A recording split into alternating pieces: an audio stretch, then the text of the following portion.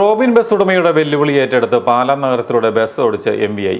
കഴിഞ്ഞ ദിവസം കാഞ്ഞിരപ്പള്ളി പാലാ റൂട്ടിൽ ഓടുന്ന റോബിൻ ബസ് പെർമിറ്റ് ഇല്ലെന്ന് പറഞ്ഞ MVIയുടെ നേതൃത്വത്തിൽ തടഞ്ഞിരുന്നു. ഇത് തന്നോടുള്ള പ്രതികാരത്തിന്റെ ഭാഗമാണെന്നും ബസ്സിന് ഓഗസ്റ്റ് വരെ പെർമിറ്റ് ഉണ്ടെന്നും ഉടമ ഗിരീഷ് പറഞ്ഞെങ്കിലും MVI ബസ് കസ്റ്റഡിയിലെടുത്തു.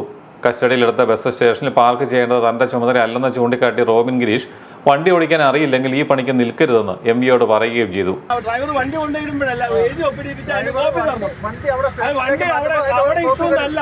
അവിടെ ഇട്ടൂന്നല്ല സാറ് കൈ ഏറ്റുന്നാണ് അതിന്റെ ഒപ്പിട്ടിരിക്കുന്നത്.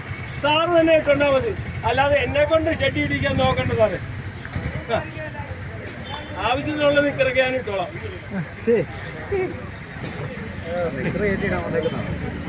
വെല്ലുവിളി ഏറ്റെടുത്ത MVI പാലാ നഗരത്തിലൂടെ സ്വകാര്യ ബസ് ഓടിച്ച് തനിക്കും ഈ പണിയൊക്കെ അറിയാമെന്ന് വ്യക്തമാക്കുകയായിരുന്നു.